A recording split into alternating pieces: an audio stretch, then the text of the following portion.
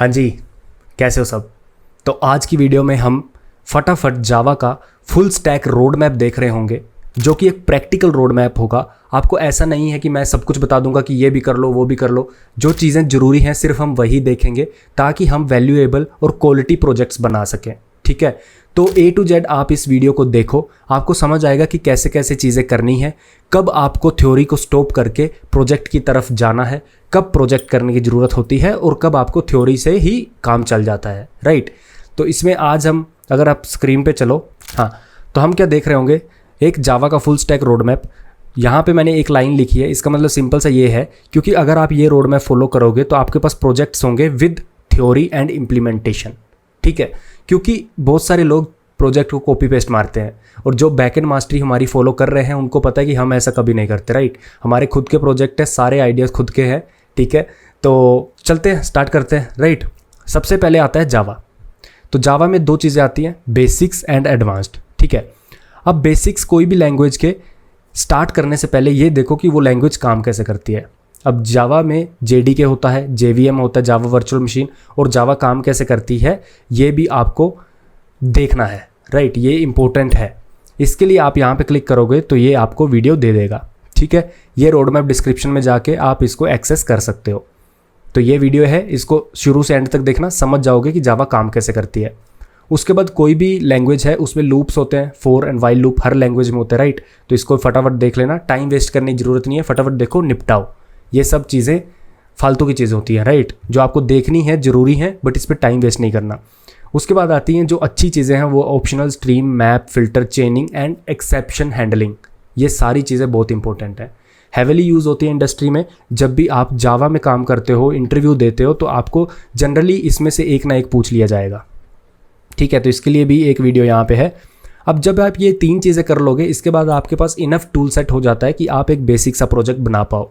और वैसे भी अगर आपने ये तीनों फॉलो करे हैं तो आपको थोड़ा सा ओवरवेलमिंग लगेगा कि भाई मैं थ्योरी ही करते जा रहा हूँ, कुछ इंप्लीमेंट तो कर नहीं रहा।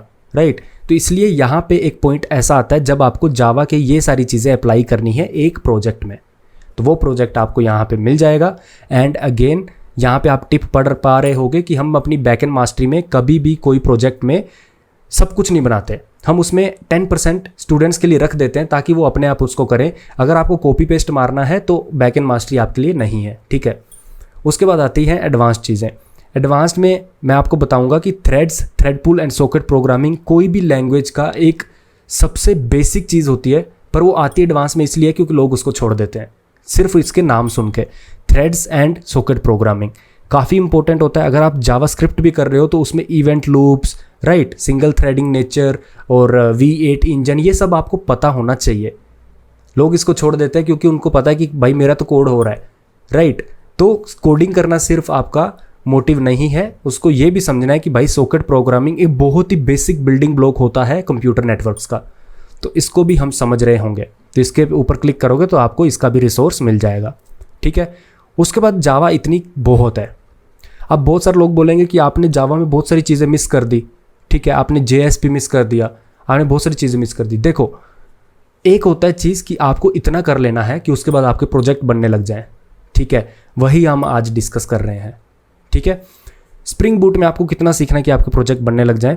सबसे पहले स्प्रिंग बूट का बेसिक नेचर होता है उसकी कंटेनराइजेशन। उसके पास एक कंटेनर होता है, तो आपको बीन्स, IOC कंटेनर और ग्रेडल, या फिर मैं यहाँ पे मेवन भी लिख सकता हूँ। राइट, पैकेज मैनेजर हैं दोनों, डिपेंडेंसी मैनेजर। तो ग्रेडल और मेवन यहाँ पे क्लिक करोगे तो वो आप एक्सेस कर पाओगे उसका रिसोर्स। उसके बाद प्रोक्सीज भी काफ़ी अच्छी चीज़ है। ये आपको कहीं यूज़ तो नहीं आएगा उतना, बट आपको ये समझना इसलिए ज़रूरी है क्योंकि स्प्रिंग बूट प्रोक्सीज का यूज़ करता है रन टाइम में, जब भी चीज़ें कोई हो रही होती है, कुछ भी इंजेक्ट करना होता है। राइट, एस्पेक्ट ओरिएंटेड प्रोग्रामिंग भी बोल सकते हो इसको। तो AOP, aspect oriented programming and REST API तो काफ़ी इंपॉर्टेंट है। राइट, तो ये सब बेसिक्स में आता है, सारे रिसोर्सेज के दिए हुए हैं। अब एडवांस में क्या आता है? एडवांस में आता है micro services architecture. Micro services को समझना जरूरी है, इसलिए इसका रिसोर्स यहाँ पे है। दो तरह के आर्किटेक्चर होते हैं, मोनोलिथिक, सब कुछ एक जगह पे हो, माइक्रो सर्विसेज सब कुछ डिस्ट्रीब्यूटेड हो, अलग अलग फंक्शनैलिटी, अलग अलग इंडिपेंडेंट चीज़ें हो। राइट, माइक्रो सर्विसेज है। उसके बाद Spring security, authentication and authorisation. कोई भी प्रोजेक्ट होता है उसका बेसिक सबसे नेसेसिटी होती है कि ऑथेंटिकेशन एंड ऑथराइजेशन सपोर्ट करना चाहिए। ये काफ़ी कूल चीज़ है क्योंकि इसमें हम टोकनाइजेशन करते हैं, तो इसका भी हमने बैकएंड मास्टरी में कवर करा हुआ है। इस पर क्लिक करके आप यहाँ पे देख सकते हो। उसके बाद आपको पता होना चाहिए डेटाबेसेस कितनी तरह के होते हैं और आपको चूज़ कोई डेटाबेस कैसे करना है, वो भी आपको यहाँ पे मिल जाएगा। SQL and no SQL database में चॉइस कैसे हम करते हैं और वो होते कैसे हैं, राइट। उसके बाद low level design. Low level design आगे सिस्टम डिज़ाइन में हम देखेंगे, बट जब आप कोई प्रोजेक्ट बनाते हो तो कोशिश करो कि उसका लो लेवल डिज़ाइन कर पाओ, एक बेसिक लो लेवल डिज़ाइन कर पाओ। इस पर क्लिक करोगे तो हमारी एक वीडियो आ जाएगी, इसमें हमने लो लेवल डिज़ाइन अच्छे से कर रखा है, ठीक है। उसके बाद जब आप इतना कुछ सीख लोगे तो सब कुछ ओवरवेलमिंग होने लगेगा। रेडिस और यहाँ पे मत जाना, एक प्रोजेक्ट बना लेना। तो हमने यहाँ पे एक प्रोजेक्ट बना लिया है, इस प्रोजेक्ट को थोड़ा सा एक्सटेंड करना, सारी चीज़ें समझ आ जाएंगी, ठीक है। अब थोड़ी सी एक्स्ट्रा चीज़ें देख लेते हैं जिसमें गिट एंड गिटहब है। मैं मान के चलता हूँ कि हमारे सब ऑडियंस को पता है, अगर आपको नहीं पता है कि ये भी सीखना बहुत ज़रूरी है। इसका रिसोर्स इसलिए नहीं दिया क्योंकि बहुत ही ज़्यादा लोगों ने इसके ऊपर वीडियोज़ बना रखी हैं। जो अच्छा क्रिएटर लगता है उसकी वीडियो देख लो, ठीक है, बहुत बेसिक चीज़ है। उसके बाद लिनक्स, हमने एक वीडियो लाया था, क्रैश कोर्स लाया था, practical Linux crash course, right, वो आप देख सकते हो। लिनक्स आना जरूरी इसलिए है क्योंकि आप जब डिप्लॉयमेंट्स कर रहे होगे तो आपका वहाँ पे विंडोज़ सिस्टम नहीं चलेगा, राइट, आप लिनक्स में most of the time deal करोगे। तो लिनक्स का SSH कैसे होता है, उसके लॉग्स कैसे देखते हैं, मेमोरी कैसे देखते हैं, प्रोसेसेस कैसे देखते हैं, ये सब भी यहाँ पे है, ये आपको कर लेना है, राइट। उसके बाद सिस्टम डिज़ाइन में क्या है, event streaming services like Kafka, RabbitMQ, right, ये भी हमने क्रैश कोर्स में देख रखा है, इनके इंटरनल्स कि वो काम कैसे करते हैं।